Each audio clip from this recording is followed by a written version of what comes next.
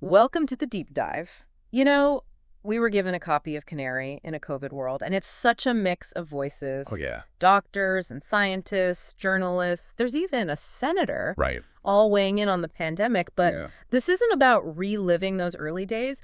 We're going deeper, I see. looking at the behind-the-scenes story of how information was controlled and narratives were shaped. Yeah, what's really fascinating of this book is how it really unveils those power dynamics Right. at play during the pandemic. Yeah.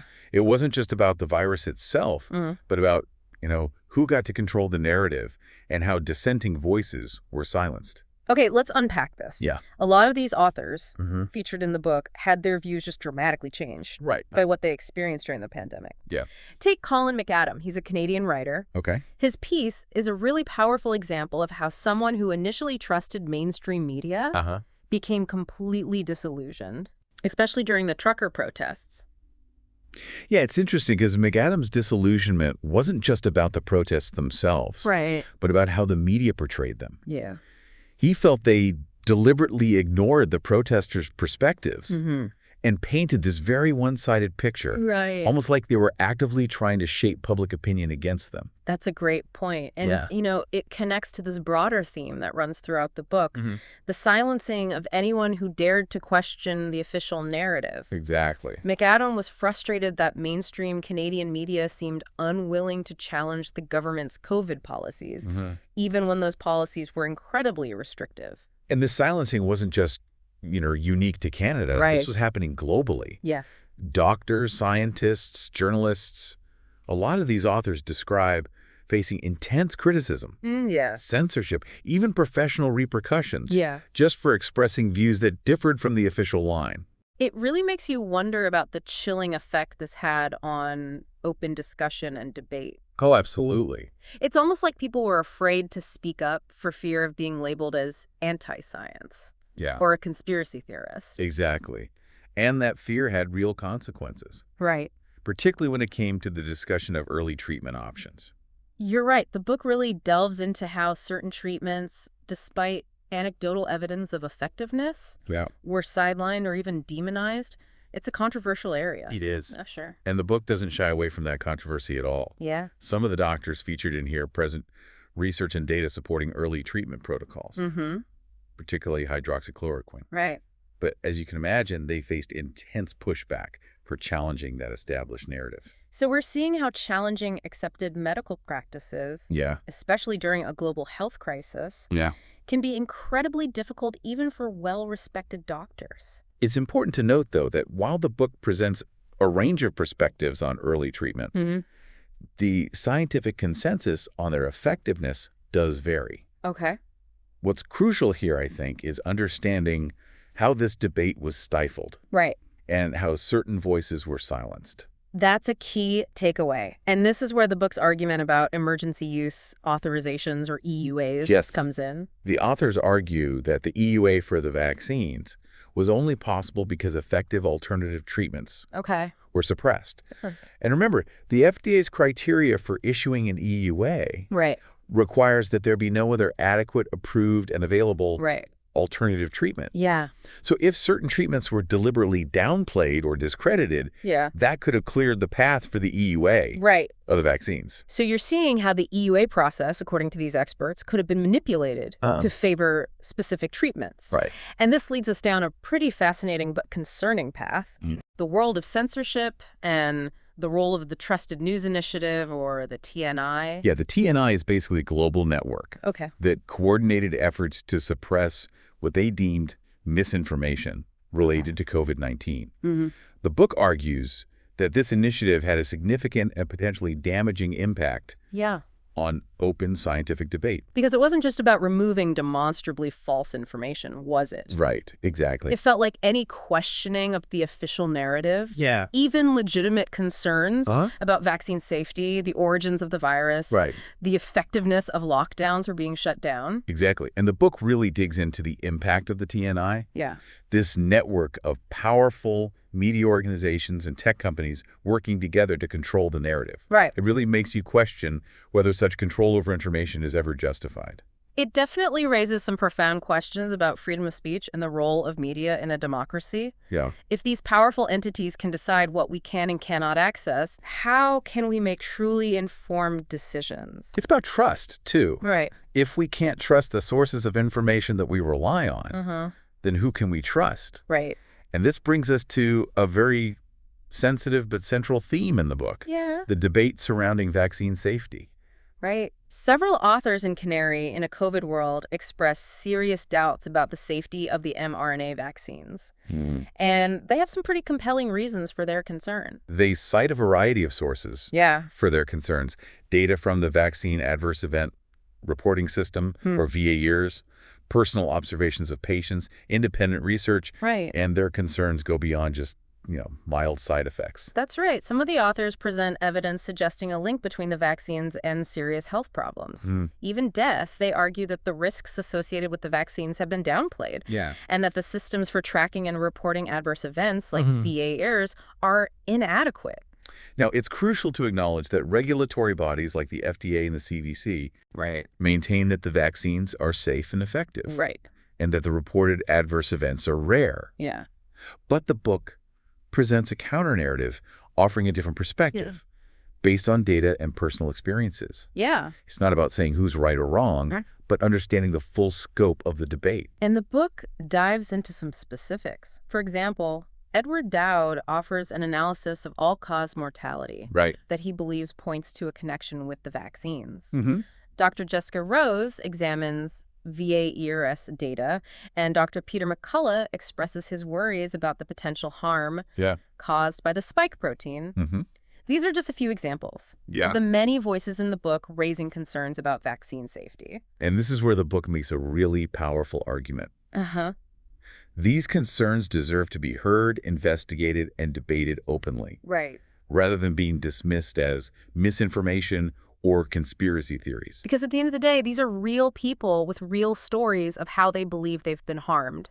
And this all ties back to that larger theme of scientific integrity, doesn't it? Absolutely. The book argues that the pressure to conform during the pandemic was immense. And this pressure led to self-censorship among scientists and doctors who might have otherwise raised concerns or challenged the prevailing narrative. It almost created a culture of fear within the scientific community. And one author, Dr. Joseph Freeman, shares his own personal experience with that self-censorship. He hesitated to speak out about his concerns because he was afraid of the professional repercussions. That's a powerful point. It shows how the very systems that are supposed to encourage scientific inquiry and debate can actually work to stifle them. And the book introduces this idea of the distorted Overton window, which refers to how the range of acceptable discourse was narrowed during the pandemic. So certain viewpoints were just deemed unacceptable. And anyone who expressed them was instantly labeled a conspiracy theorist or anti-science, regardless of their credentials or the evidence they presented. It's a disturbing trend. It is. And the book also critiques the role of fact-checking in this process. It argues that fact-checking, while valuable in theory, can be manipulated to reinforce a single narrative, even when the evidence is contested. And this brings us to another really intriguing aspect of the book. The question of the lab leak theory. You're right. The book argues that there's compelling evidence pointing to a lab origin for COVID-19. They cite research, government documents, expert analysis, and they contrast this with how mainstream media initially dismissed the lab leak theory as just a conspiracy theory, not worth serious consideration. It's like we were told not to even consider that possibility, even though there was evidence out there suggesting it was at least worth investigating. This whole discussion underscores the importance of critical thinking, wouldn't you say? Absolutely. It's about seeking out diverse sources of information, questioning what we're told, even when it comes from authorities, and forming our own conclusions based on the available evidence. Because if we just blindly accept the official narrative without question, we could be missing crucial pieces of the puzzle. And this is where the book's warning about the rise of authoritarianism and the erosion of freedom becomes especially relevant. What did you think about that aspect of the book? I found it quite thought-provoking. Several authors expressed concern that the pandemic response normalized authoritarian measures Right. that could have lasting consequences for individual liberties and democratic values. It's like we traded freedom for security. Yeah. But it's not clear that we got the security we were promised. And Lord Sumption, the retired UK Supreme Court judge, has a really interesting analysis of this in the book. He talks about the Hobbesian bargain, the idea that people are willing to give up some of their freedom in exchange for security. Yes. Especially in times of crisis. It's almost like a primal instinct. This desire for safety and stability. Yes. But as Lord Sumption points out, once those freedoms are surrendered, they can be incredibly difficult to reclaim. Power has a way of consolidating. Yes. And those in power are rarely eager to relinquish it. That's for sure. It raises important questions about the balance between individual rights and collective safety, and the potential dangers of unchecked government power. It's definitely something to think about. And you know the book doesn't stop there. It goes even deeper into the psychological impact of the pandemic. Yes. Especially when you consider the concept of fifth-generation warfare. That's right. Doctors Robert and Jill Malone. Yes. The scientists who were pioneers in the development of mRNA technology. Introduced this concept of fifth-generation warfare. This type of information warfare that exploits psychological vulnerabilities and social divisions to manipulate and control populations. It's a pretty unsettling idea. It is. It's like a new kind of warfare where the battlefield is our minds. They argue that this type of warfare was used extensively during the pandemic. And they outline some specific tactics. Fear-mongering, censorship, propaganda, social isolation.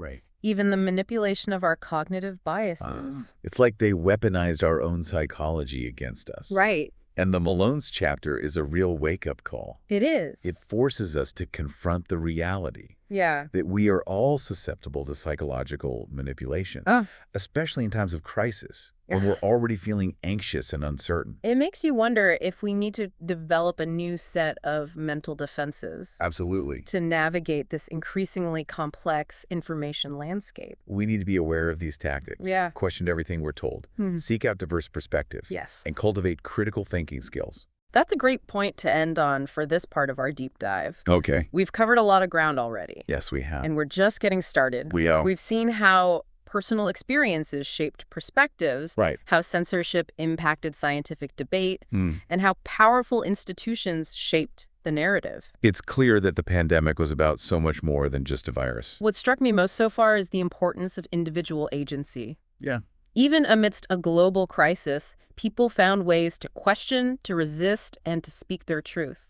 That's a powerful reminder. It is. That we all have a role to play in safeguarding our freedoms and holding those in power accountable. We've only just scratched the surface here. Stay tuned for part 2, where we'll continue to delve into the thought-provoking ideas presented in Canary in a COVID world.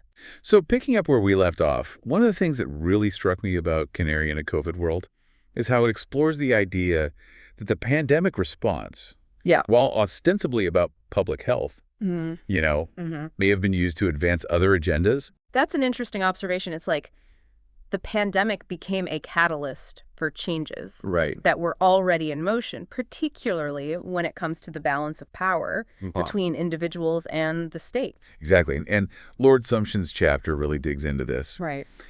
He argues that the pandemic, with all the fear and uncertainty it generated, created an environment where people were more willing to accept restrictions on their freedom in exchange for a promise of safety and security. I can relate to that. I know I personally felt tempted to trade some freedom for security during those early days when everything felt so chaotic and unpredictable. That's a natural human response. But Sumption argues that this willingness to trade freedom for security, well, understandable, is a dangerous trend. One that could have long-lasting consequences for democratic societies. He calls it a Hobbesian bargain. This idea that people, when faced with a perceived threat, will willingly submit to a powerful ruler in exchange for protection. So it's like we're giving up some of our individual autonomy in exchange for the promise of collective safety. Exactly. But the problem, as Sumption points out, is that once those freedoms are surrendered, they're incredibly difficult to reclaim. That's right.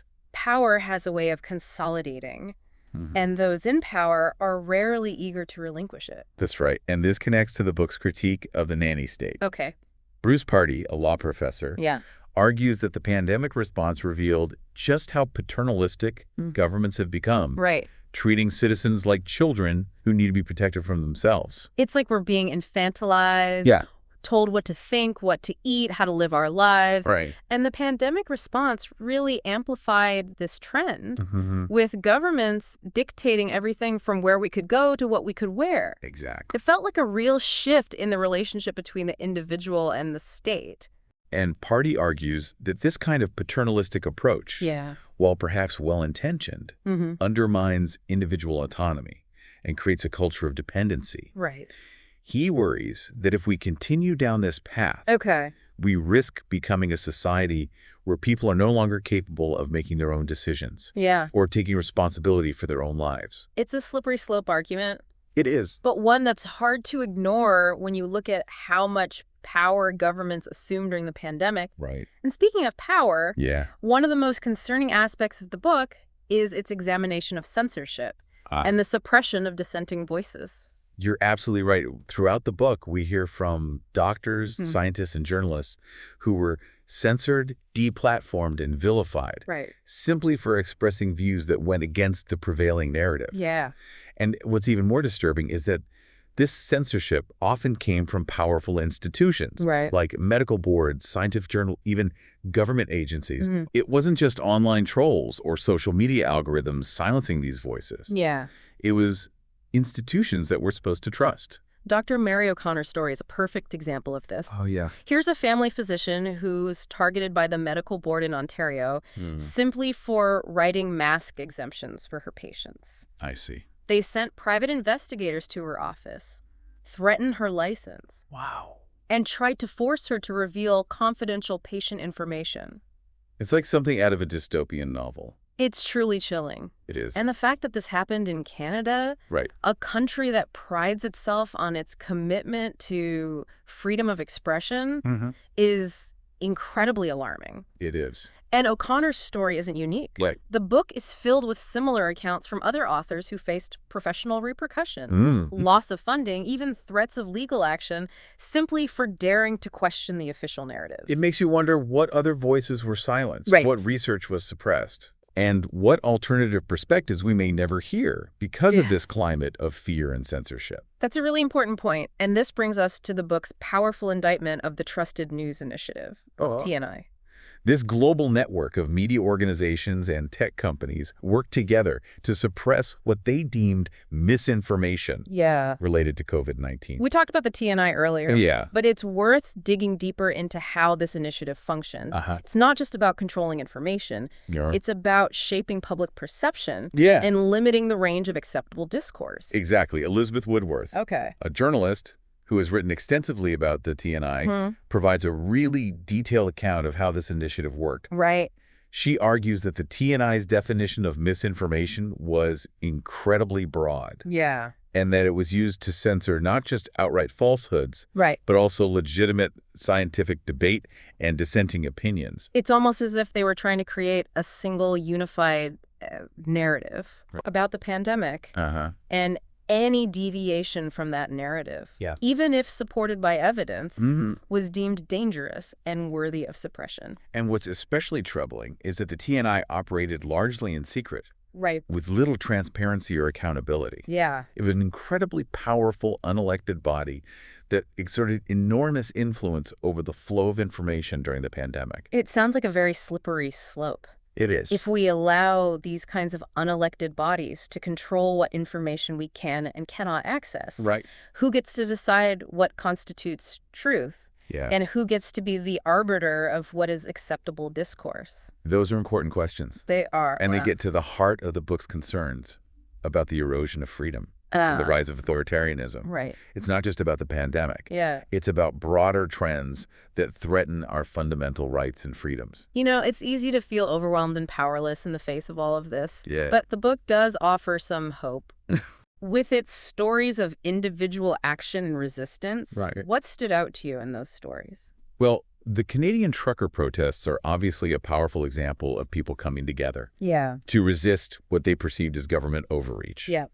But there are also many smaller, quieter acts of resistance highlighted in the book, like individuals speaking out against censorship, challenging official narratives, seeking out alternative sources of information.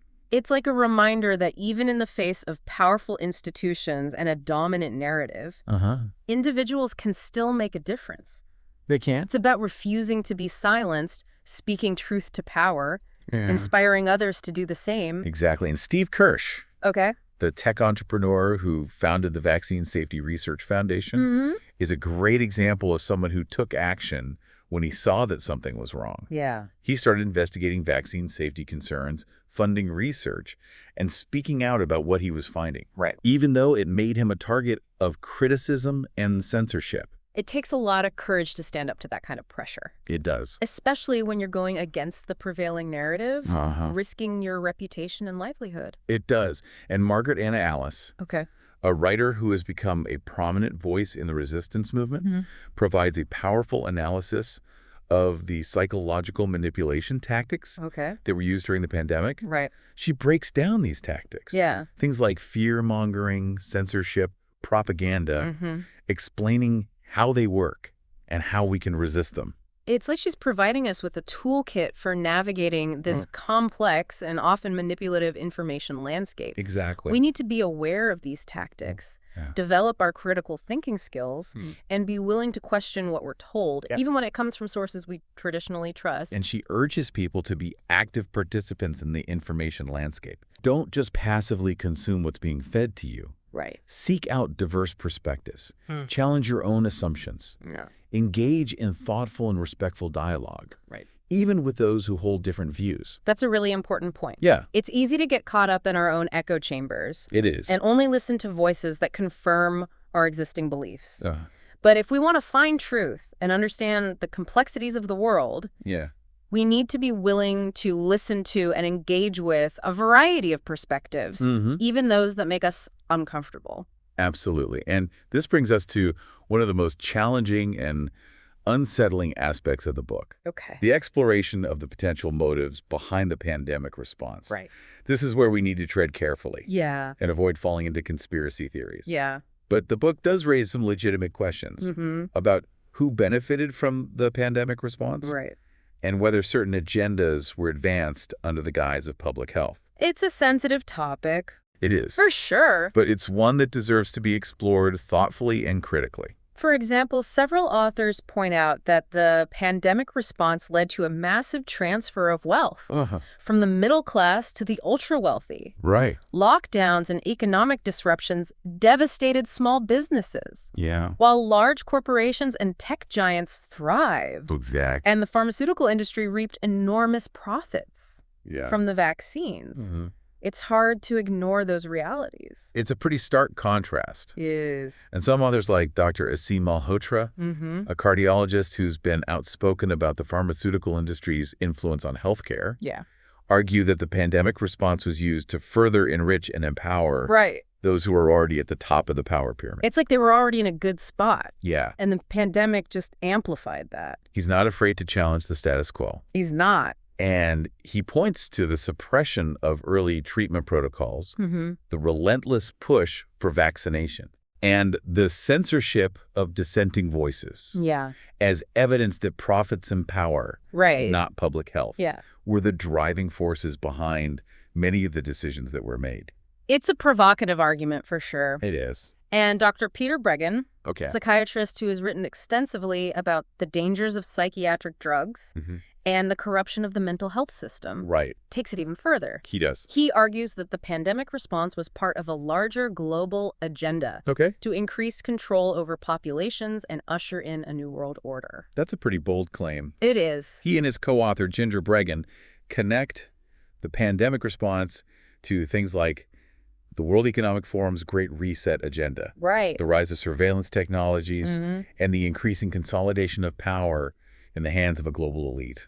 It's a lot to unpack. It is. And while some people might dismiss Breggin's analysis as a conspiracy theory, it's important to remember that he backs up his claims with a lot of research and documentation. Whether you agree with his conclusions or not, it's a perspective that deserves to be considered and debated. I agree. And even if you don't buy into Breggin's full analysis, The book does raise some legitimate concerns about the potential for the pandemic response to be exploited for nefarious purposes. Right. It underscores the importance of being aware of these potential agendas. Yeah. Thinking critically about the information we're being given. Right. And resisting any attempts to use a crisis, whether it's a pandemic or something else, as an excuse to erode our freedoms or concentrate power in the hands of a few. That's a crucial point, and it leads us to another important question raised in the book. The psychological impact of the pandemic response. Right. And we touched on this earlier with the concept of fifth-generation warfare. Yeah. But it's worth exploring in more detail. Absolutely. Doctors Robert and Jill Malone. Yeah. The scientists who were pioneers in the development of mRNA technology have a fascinating chapter about this. Yeah. They argue that this type of information warfare, which exploits psychological vulnerabilities and social divisions, was used extensively during the pandemic to manipulate public opinion and control behavior. It's a pretty unsettling idea. It is. This notion that our own minds can be weaponized against us. It is. Yeah. And they describe specific tactics that were used, like fear-mongering, censorship, propaganda, social isolation, and the manipulation of cognitive biases. Wow. It's like a playbook for how to control populations through fear and manipulation. It's hard to argue that these tactics weren't effective. It is. The level of fear and anxiety in society during the pandemic was unprecedented. Yeah. People were genuinely afraid, and that fear made them more susceptible to manipulation. And the Malone's chapter is a real wake-up call. It is. It forces us to confront the reality that we are all susceptible to psychological manipulation, especially in times of crisis. Yeah, we need to be aware of these tactics, develop our critical thinking skills, and be willing to question the information we're being given, even when it comes from sources that seem credible or authoritative. It's about taking responsibility for our own information intake. Right. And not blindly trusting any single source. Right. We need to become more discerning consumers of information, especially in an age of information overload and rampant disinformation. Absolutely. And amidst all of this darkness and manipulation, the book does offer a glimmer of hope. Okay. With its stories of individual courage and resistance. What resonated with you in those stories?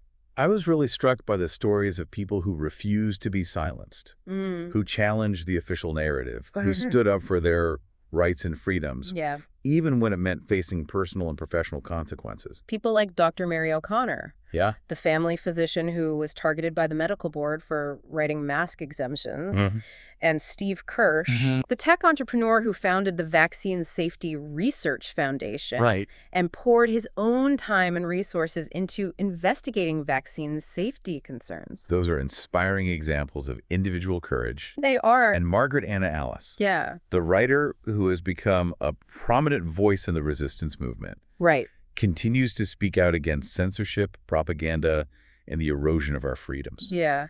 Her voice is a powerful reminder that we don't have to be passive victims. We can choose to resist and fight for a better future. These are just a few of the many inspiring stories in the book. And they show that even in the face of powerful institutions and a dominant narrative, individuals can still make a difference. Absolutely. They can speak truth to power, they can inspire others to do the same, and they can help to create a more just and free world. And that brings us to the book's call to action. It's not enough to just read about these issues and shake our heads in dismay. We need to do something. We need to be active participants in the fight for freedom, truth, and justice. What are some concrete steps we can take to make a difference? It can feel overwhelming to know where to start. The book offers some great suggestions. Supporting independent media, speaking out against censorship, contacting our elected officials, educating ourselves and others about the issues are all important actions we can take. It's about recognizing that we all have a role to play in safeguarding our freedoms and holding those in power accountable. It's like that old saying, the only thing necessary for the triumph of evil is for good men to do nothing. Exactly. We can't afford to be complacent or apathetic. The stakes are too high. This has been a really intense deep dive so far. It has. We've covered a lot of ground. And it's not always easy to hear about these challenging and unsettling topics. I agree, but I think it's important to have these conversations.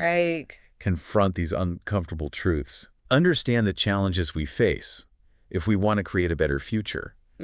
If we just ignore these issues and pretend everything is fine, we're just setting ourselves up for more of the same, or worse. And Canary in a COVID world is a wake-up call. It is. It's a call to action. Yeah. And it's a reminder that even in the darkest of times, there is always hope. And that hope lies in our individual and collective courage to speak truth to power, to resist tyranny, and to fight for a world where freedom, truth, and justice prevail. We're going to take a quick break here, but stay tuned for part 3 of our deep dive into Canary in a COVID world, where we'll explore even more thought-provoking ideas and insights from this important book. It's really interesting how, as we go through all these perspectives in Canary in a COVID world, it becomes clear this isn't just about the pandemic itself, like you said. It's about something much bigger. I agree. I think it's tapping into this underlying sense of unease, this feeling that something really fundamental has shifted in our society. And not necessarily for the better. Right. And this is where Professor Dennis Rancourt's perspective, I think, becomes really interesting. Okay. He argues that the pandemic response was, in effect, a state and iatrogenic attack against populations. That's a pretty strong statement. It is. It definitely makes you stop and think. It does, but Rancourt backs it up with this meticulous analysis of all-cause mortality data. He shows that the excess deaths observed during the pandemic weren't necessarily caused by the virus itself. Oh, I see. But rather by the response to the virus. So things like lockdowns, hospital protocols, maybe even this psychological stress and anxiety induced by the constant fear-mongering. That's right. And he argues that these measures, combined with the suppression of early treatment options and the aggressive push for vaccination, created a perfect storm that led to a significant increase in deaths that may have been preventable. Wow. That's a chilling thought. It is. It really challenges that prevailing narrative about the pandemic. Makes you question whether the cure was worse than the disease in some cases. And Rancourt goes even further, suggesting that this attack, as he calls it, wasn't just a mistake, but rather a deliberate strategy to achieve certain goals. Okay, now we're getting into some pretty controversial territory. Yeah. I'm curious to hear more. He argues that the pandemic response served the interests of those in power by increasing their control over populations, consolidating their wealth, and advancing their agendas. So it's like the pandemic was used as an opportunity to reset the system. To consolidate power and reshape society in a way that benefits those at the top. That's Rancourt's argument. And whether you agree with him or not, it's a perspective that deserves to be considered and debated. It's about asking those critical questions, looking at the evidence, forming our own conclusions. Absolutely. And even if you don't buy into the full scope of his analysis, it's hard to ignore the fact that the pandemic response did have some very real and disturbing consequences. You're right. The erosion of civil liberties, the rise of censorship, the suppression of scientific debate, the increase in economic inequality. These are all things that we're still grappling with today. And it's important to remember, these trends didn't start with the pandemic. The pandemic just accelerated them, exposed them, made them more visible. That's an important point. It's like the pandemic became this stress test for our society. It did. Revealing its strengths and weaknesses. Exposing the fault lines that were already there. Exactly. And this is why Canary in a COVID world feels so urgent and relevant. It's not just a historical account of what happened, but a warning about what could happen again if we don't learn from the mistakes that were made. It's like the canary in the coal mine. It is. If we don't heed its warning, we could be heading for a much darker future. I agree. It's a very apt metaphor. It is. And it brings us back to the book's call to action. You know, it's not enough to just read about these issues and feel overwhelmed or discouraged. We need to do something. We need to be active participants in the fight for freedom, truth, and justice. And the book offers some pretty concrete steps we can take. Supporting independent media, speaking out against censorship, contacting our elected officials, educating ourselves and others about the issues. Those are all important actions we can take. It's about recognizing that we all have a role to play in safeguarding our freedoms and holding those in power accountable. It all comes down to individual responsibility. It does. We can't just sit back and wait for someone else to fix things. We need to be engaged, informed, and active participants in shaping the future we want to see. I couldn't agree more. And Canary in a COVID world provides us with the knowledge, the insights, and the inspiration to do just that. Right. It's a reminder that even in the face of great challenges, even when it feels like the world is falling apart, we can still choose hope. Absolutely. We can still choose to resist, and we can still fight for a better future. This has been an intense deep dive. It has. We've explored some challenging and unsettling topics. Yeah. But I think it's been a worthwhile journey. It has. What are some of the key takeaways you'd like listeners to remember from this whole deep dive? I think the biggest takeaway is that we need to be critical thinkers. Yes. We can't just blindly accept the information we're given. Right. Even when it comes from sources that seem credible or authoritative. Yeah.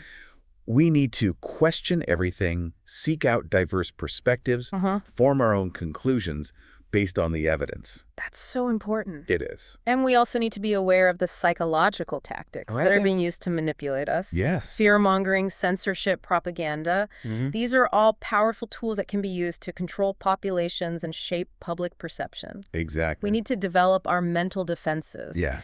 Be more discerning consumers of information. Absolutely. And finally, I think it's important to remember that we are not powerless. All right. We can make a difference. We can speak out against injustice. We can resist tyranny. Yes. And we can fight for a better future. It's not going to be easy, but it's worth fighting for.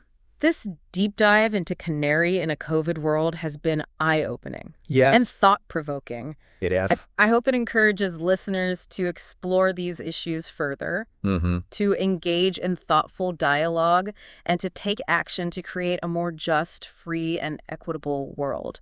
I agree. This book is a powerful reminder that we're not alone in this fight. We're not. There are countless others who share our values and who are working to create a better world. That's right. And together, we can make a difference.